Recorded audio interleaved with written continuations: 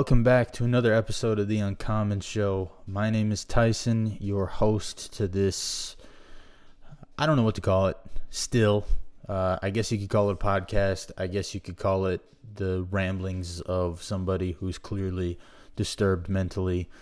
Or maybe that's not so clear yet. It will be. You keep watching the show, it will become clear. I don't know if you can tell, this is not the digital background that I've been giving you folks week after week. I know you probably miss it. I'm making some adjustments as I addressed, which again, I must apologize for the worst episode ever last week. I had a lot of fun making it, but it was without a doubt the worst episode I've ever made. So if anybody watched it, I don't look at analytics because it doesn't really matter. I'm just doing this for fun, and maybe if something comes of it, something comes of it. But for those of you that watched, I appreciate you. I just have nothing to hide, okay? This is me. This is where I stay. This is where I live. I'm not going to tell you where anymore because I have a lot of crazy fans out there and they might try to find me. You are going to notice a little guy who has always been with me, through the couple weeks I've been doing this show. But you're going to see him actually. He's probably going to annoy me throughout the episode, just like he did last time, through just nonstop whining or through shenanigans that you see in the background. Maybe he might earn us a few more viewers. It's certainly possible. So to recap last week, we really just talked about our picks for the first week of the NFL wildcard playoffs. I went, there were 6 games. I made 6 picks. I went 4-2, which puts my total record up to 16-6 in the weeks that I have been making picks here. That is definitely what you want to stick around for. There's always a few other things that I want to address. There's always a few things on my chest. Today is Wednesday, January 14th, and the thing that everybody's talking about, I don't really think I want to spend much time talking about it because it's one, it's exhausting. Everybody has an opinion on it, and 2, there's not really much of an opinion to have, and that's the whole ice shooting in Minnesota tragedy. It's always sad when people die for no real good reason. But the moral of the story is fuck around and find out. I'm sorry. That might be, a lack of sympathy, but fuck around and find out. I'm sorry. If a federal agent ever asks me to do something, you're going to hear a whole lot of yes, sir. No problem, sir. And I'm going to do a whole lot of this. Look. If I was in Nazi Germany, okay, which is someone like the lady who was killed, thinks that she's in. If I was in Nazi Germany, here we go. Hey. He's trying to take my blanket that is heated and connected to a wire, and he's being already a jerkhead about it. Leave it. Please get on your spot. And can you stay there like a good boy? Please? Stay. Relax. Just relax. I mean, every other day he's napping right now, but because I'm home, he's got to cause mayhem, and he doesn't realize that I can see him in the camera behind me. I think that might be his sign of saying, hey, don't talk about that, Dad. Don't talk about that. So I won't, okay? But fuck around and find out. If a federal agent asks you to do something, even if you disagree, in the moment is probably not the time to do something. Look, nothing happens to people who go head on with who they feel is the enemy. You need to strategize. You need to be smart. Okay, you need to take them out from weaknesses. And going head to head with federal agents or federal officers, whatever the hell ICE is. And, while they're literally in their element of doing whatever it is they do, that's bad strategy. It's bad strategy. And, fuck around and find out. I'm sorry. It's just a bummer. So rest in peace to that woman. Nobody deserves to die quite like that. So it's an unfortunate thing. But, yeah, fuck around and find out. That's all I'm going to say on that topic. There's a lot going through my brain, but I just want to take a moment I just want to be grateful and thankful, right?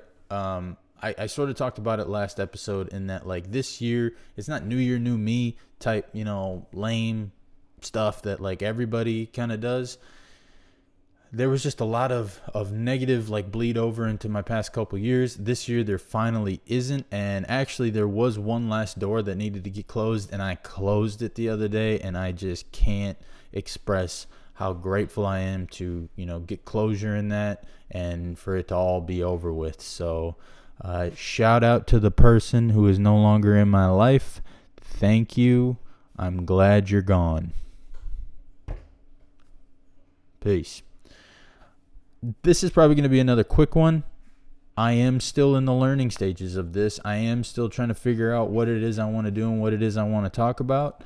But without a doubt, I want to talk about my picks. To me, that is been the pride and joy. I've been trying to think of what I want to do for a range report. Or more like the Thin Reaper has been thinking about what he wants to do for a range report. So we'll see what comes out of that. Maybe I'll talk about more political topics that I am certainly not educated enough to have an opinion about. But who is? Okay? Everybody likes to act like there's like experts on politics. You go to school and study political science. I don't give a shit. I don't give a shit. You study political science. To me, that's just a fancy way of saying you didn't study anything that really freaking matters. I'm sorry. I have not a beef with college, but like political science, really? The fact that political science exists to me is it proves that all politics is a smoke and mirror show. That's it. That's all it is. Nobody actually wants to come in and do good. They might think that, but all they're trying to do is use the things they learned from political science experts and people with degrees and say this is right because this person who studied for 7 years on all the things that have happened in the past. All it is manipulation, okay? They're salesmen who put on colored ties and talk about how they have some kind of moral superiority over people. That's it. And frankly, if you want to act like your side is morally superior to the other side, grow up. Call me crazy. Grow up, okay? Have your opinions, have healthy debate, but stop acting like there is a legit right side and wrong side. There's not, okay? So political science people, you're bums is what you are. You're lame. Okay? I like getting into politics because like I like to be informed and stuff, but it's so hilarious when people are like, no, this is way different and worse than everything that's ever happened in history. It's shut up. You know what I really want to talk about? This actually, I was just reminded myself as I was telling an imaginary person to shut up. I want to go on record and tell anybody who's at the Golden Globes making political statements as if that's your big moment. You're gonna wear a little pin for somebody at the Golden Globes. Shut the hell up. I'm not gonna say names. There's no reason to say names. I think anybody, like, as soon as I start saying names, I'm in a side, right? Well, there's really only one side of people that are going to the Golden Globes and making comments, but I'm not trying to be pinned to a side, okay? But I'm here in celebration or in honor of the person who I have no idea who they were until they got in trouble for messing around with people who are just trying to do a job they were ordered to do. And I stand here upset as I'm about to get millions of dollars for my next acting gig and receive free gifts from the worst companies and people on earth. I'm here to say that I stand with you. Shut up. Shut the hell up. Oh my God. Look, I know a couple of these clowns will show up at the protests, but only the ones in their cities. Right? Right? That's the only place they show up. They're like, oh, Well, yeah, I support that, but I'm not going to travel. I'm too busy. I got money to make. I got movies to make. I mean, I got to play the Incredible Hulk next week. It's a big deal that I am, here in my mansion. I can't go protest. Oh! It's just down the block. Yeah. I got a few hours. I can go down there and I can dance. I can dance with a couple of cameras pointed at me, and I can wear a hat that says a couple of words that make me look like I'm some kind of super superior moral person. Piss off, okay? Piss off. Ricky Gervais nailed it on the head when he did the Golden Globes, and he said, you guys have no idea what it's like to be a normal person at this point. You have been in a complete bubble of celebrity and fame and attraction and fortune, all of it. You guys you have no right to tell regular people how to think, feel, or vote. So shut the hell up. Oh my gosh. And there's people that are like, well, when you have a platform, you should use it to speak your mind on the things you. Not when your platform wasn't built on that. I'm sorry. If you're like, I want to give up my acting career and start being a political analyst and journalist and make that my passion, go right ahead. Go right ahead.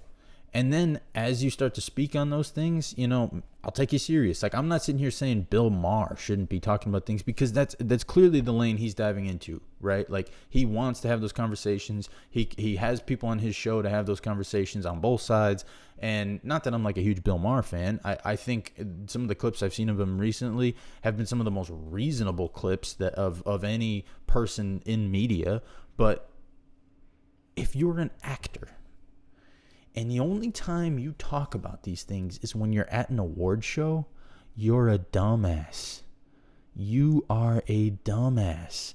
You think you're so important that when you go to something that only people who have like no real problems can watch. Like, who watches the Golden Globes, right? I'm not going to insult anybody that watches the Golden Globes, because maybe it's a big deal to you to see which movies are getting awards and stuff. But if you're watching it, you likely are not affected by any of the issues that these people are just like they're just so hell-bent on making it seem like they know best. Just shut the hell up. Oh my gosh.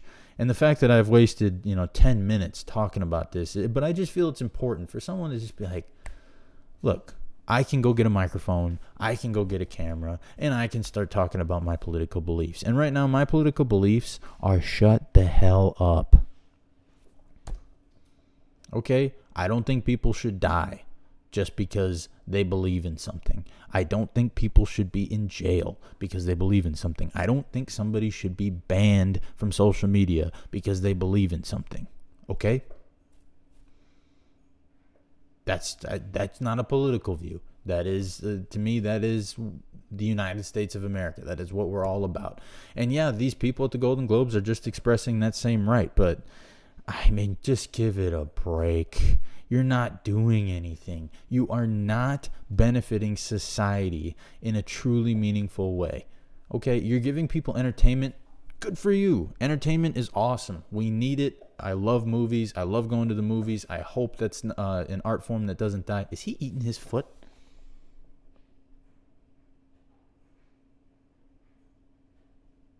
I think he was like literally eating his foot. Very strange. But yeah, okay. So yeah, go play your superhero movies.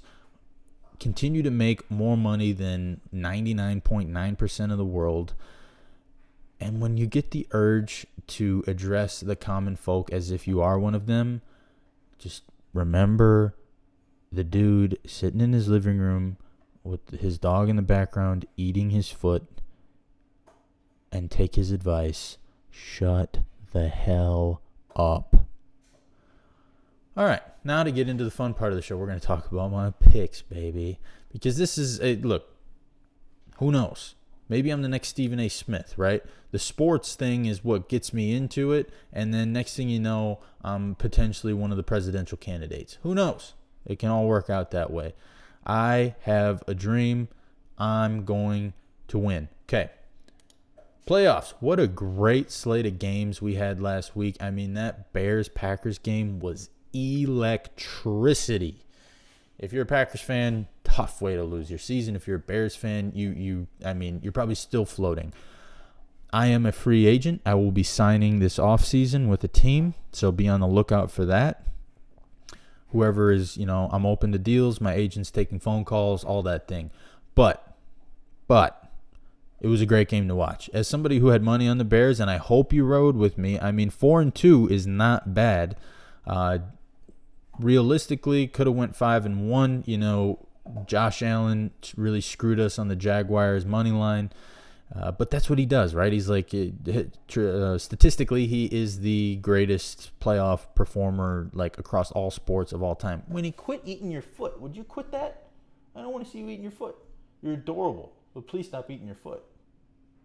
I don't know what you're doing there. Maybe I got to trim his nails. I don't know what's going on with that dog.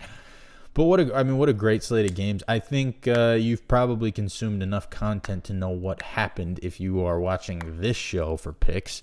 So I'm just going to get into the picks. Maybe I'll talk about the last games, my opinions, moving forward here. But Saturday, 3:30 in the afternoon. I don't like that this is the middle of the day game because this realistically should be the night game. Obviously, it's reserved for the 1 seed. Bills, Broncos. Now, when you're a sicko like me, you are watching these odds every single day, which, by the way, odds are brought to you by DraftKings, not a sponsor yet. Hopefully we get there one day. But all of the picks that I give you are based off of DraftKings lines. I use Underdog to actually place them because I'm in Wisconsin and it's illegal for me to use DraftKings, or impossible to use it. So what's interesting is that DraftKings had the Denver Broncos as 1.5-point underdogs at home against the Bills. And you know what that told me? The Josh Allen effect was in full effect, right? There's just no way they should be they shouldn't be favorites in any capacity. And guess what? People definitely took it. Because now, what are the odds makers doing? They flipped it. Bills are now 1.5-point underdogs. They're trying to get you back on the Bills side. They're trying to level the playing field out a little bit. Over-unders at 45.5. Even the money line is, usually when it's a 1.5-point spread, it's basically a pick 'em anyway. So, I don't know. This one, I don't want to bet against Josh Allen again. I don't. It kind of comes down to, like, at the end of the day, it's Bo Nix versus Josh Allen, right? The Denver Broncos, a lot like, the person we talked about at the start of the show, they like to fuck around. Now, will they find out? Is Josh Allen the new sheriff in town? Well, really, he's been the sheriff that's been around, just hasn't quite, had his opportunity to get to the big game, which he's got a greatest shot as ever this year. So I don't want to bet against Josh Allen. But, I'm seeing Broncos minus 1.5 at plus 100. 1 seed at home. We're going to do it. We're going to bet against Josh Allen again. We're going Denver Broncos minus 1.5. Taking it. Book it. It's crazy. Probably. We're going to do it. I'm sorry. Maybe you expected better from me, but we're going to go Denver Broncos minus 1.5. I'm going to stay away from the total of this game. It seems kind of low. It does seem kind of low, but you just never know. Denver's strange like that. So moving on. Next game. We got the San Francisco 49ers at the Seahawks. Niners. Big win. I called it. I took the points. I considered them straight up. Earlier in the week, I had them straight up, but I said, you know what? They're going to give me 6 points. I'm just going to take it because that's insurance money, and it's all good. So you're welcome. They're giving the Niners 7 points against the Seahawks, and and they're making the odds plus 100 at that. So you can double your money and get 7 points for a team. Look, Kittle getting hurt might just be the icing on the cake. I mean, that might just be the thing that's like, I mean, can they hang on? I don't know. I think the Niners could beat the Seahawks. They really could. My brother brought up a very, very good point. I got to get him on the show for the Sure Thing segment. I got to find a way to do that. We'll get there. But he brought up a point. Obviously, the Niners and the Seahawks played in week 17. Big game, it was there was some positioning. I don't remember the exact specifics. I don't have quite the football memory that some people do at this point. But obviously, it seemed like the Seahawks, everybody called that like an ass whooping. The Niners did not score a touchdown. I forget how many points they even managed, but they didn't score a touchdown. They got close, threw a pick at the goal line. Bummer, happens. Seahawks know a lot about that, but it happened. My brother brought up a point that he thinks Shanahan did not show some of his best stuff because he wanted to see some things. And he's going to pull out some pretty fun stuff this week. And there is also the running thing where the Niners either don't make the playoffs or they go to the conference championship. They didn't make the playoffs last year, so fate says they are going to the conference championship. The Seahawks, everybody was saying they were frauds until the last 3-4 weeks of the year, and then it was just like, no, this is the best team in football. I don't forget. I'm sorry. I don't forget. It's pretty easy to become the best team in football when there's no clear best team in football. You know what I mean? Like, it's not like they just dominated and everybody was like, oh, this is the best team in football. It was like, well, shit, who is it? Seahawks, they beat the Rams on a Vegas call, and the rankings say they're, best in their conference. Yeah, Seahawks are the best team in the NFL. Boom. I mean, not to say it's not, warranted in some way. They have a great defense. Sam Darnold, for the most part, is pretty solid, decent coaching, all that stuff. Like, they have the tools. So it's not like it's a far cry for them to be the best team, quote unquote, in the NFL. I feel like this year being the best team in the NFL doesn't really mean anything. It really, look at the Rams. They almost lost to the Panthers again. And I think on paper the Rams are probably the best team in the NFL. I don't think this is the year where teams that are the best are gonna pull it off. This very likely could be a year where you see a Houston Texans in the Super Bowl. You could see the Chicago Bears make their way to the Super Bowl. You could. Why? Because teams with magic, sometimes that's all you need in the playoffs is just a little bit of magic. Sprinkle that on like Salt Bae. Anyway, what am I going to take? Who am I going to pick? I always let my gut talk to me here. And I cannot expect the Seahawks to cover 7 points on the Niners. I just can't. I'm going to take Niners plus 7. I'm going to do it. Give me the points with the Niners. I trust Shanahan. I trust that organization. I think they're going to find a way. Give me plus 7, and I'm also going to take the under. They got the over-under at 45.5. Give me that under.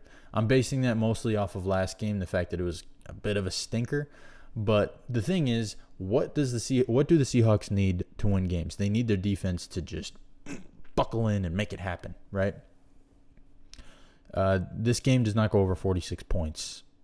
If that happens, which means no matter what happens, the Niners with 7 points are going to do just fine. So Niners plus 7, under 45.5, book it. On to Sunday, we got Texans, Patriots.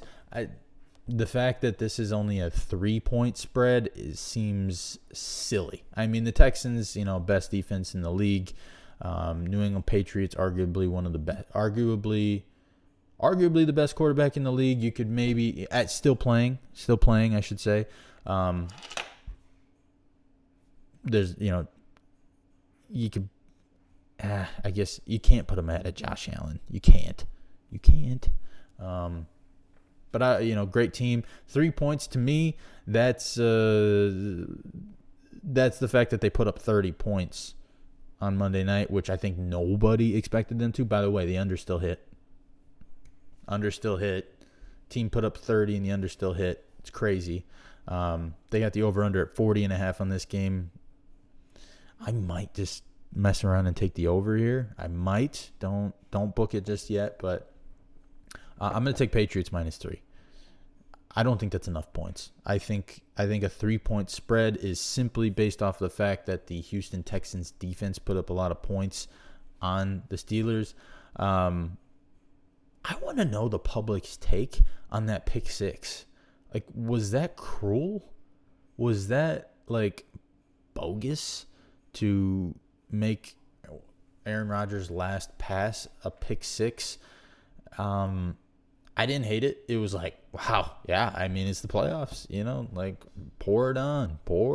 Why not? But, it's like Giannis in the NBA, in a game where they're up like 20 points, has a breakaway dunk at the buzzer. He throws a windmill down because everybody wants to see Giannis do some freak shit, and he did it. And everybody on the court's like, oh, what the fuck?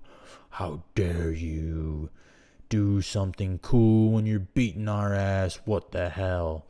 To me, it falls into a similar category. So, like, do football people not care? Do they like that? Like, what's the verdict on that? I feel like I saw nobody talk about it, and in the moment, I was like, oh, shit. Like, that's kind of cruel. You probably could have just, although, like, when you're talking football, like, guys are paid so much off of stats, that's as far as contract negotiations, as far as bonuses, and especially being the playoffs, I'm sure things are enhanced. Like, that pick six, regardless of it coming in quote-unquote garbage time when the game was already over, it's still one more pick six that he can say, look, I got, I had this many pick sixes, this many in the playoffs. That's why you should pay me this much money. Maybe.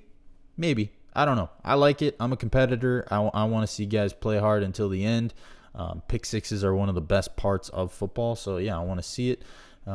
So I got no problem with it. I just kind of want to know. If you're watching this and you have an opinion, I'd like to know it. But give me Patriots -3. I'm not going to double dip. I just can't. The Patriots didn't exactly put up a ton of points on the Chargers. The Texans' defense is much, much better than the Chargers. And the Texans' offense is, it's a playoff offense, but yeah. Next, we got the LA Rams and the Chicago Bears Sunday night. Bears are 3.5-point underdogs at home again. Now, they were only 1.5-point underdogs against the Packers, so it's not quite the same, but it's going to be... Look, I live in the Midwest. I know what it's like to have to stand out in the cold. It's not fun. Okay, it sucks. To have to play football in the cold, not for me. It's not for me. I'm a basketball guy. We played inside. Okay, I don't have to. I don't like dealing with the elements, especially when it comes to, also putting myself in harm's way with physical injury. I don't want to deal with it. So a team in Los Angeles, Sunday, 5:30 p.m., sun's gone down, gets cold, maybe some wind. This is where I get ballsy. Bears money line. Book it. Call me crazy, I don't really care. That's what I'm doing. Bears money line. Don't even give me the points because they're saying -102 at the points, okay? -118 for the Rams to cover. That sounds like a coin flip. And the Rams, they also like to fuck around. Will they find out? Now, the Bears, they like to fuck around too, but the Rams have had defensive struggles.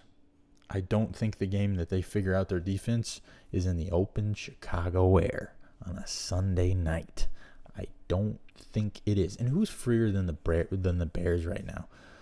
To get your playoff victory against the Packers at home, you're still the 2 seed. You got it off your back. There's no reason to be stiff. There's no reason whatsoever to be worried. All you got to do is go play free. Stafford plays bad when it's not a dome. Ooh, I like this. Chicago Bears straight up W.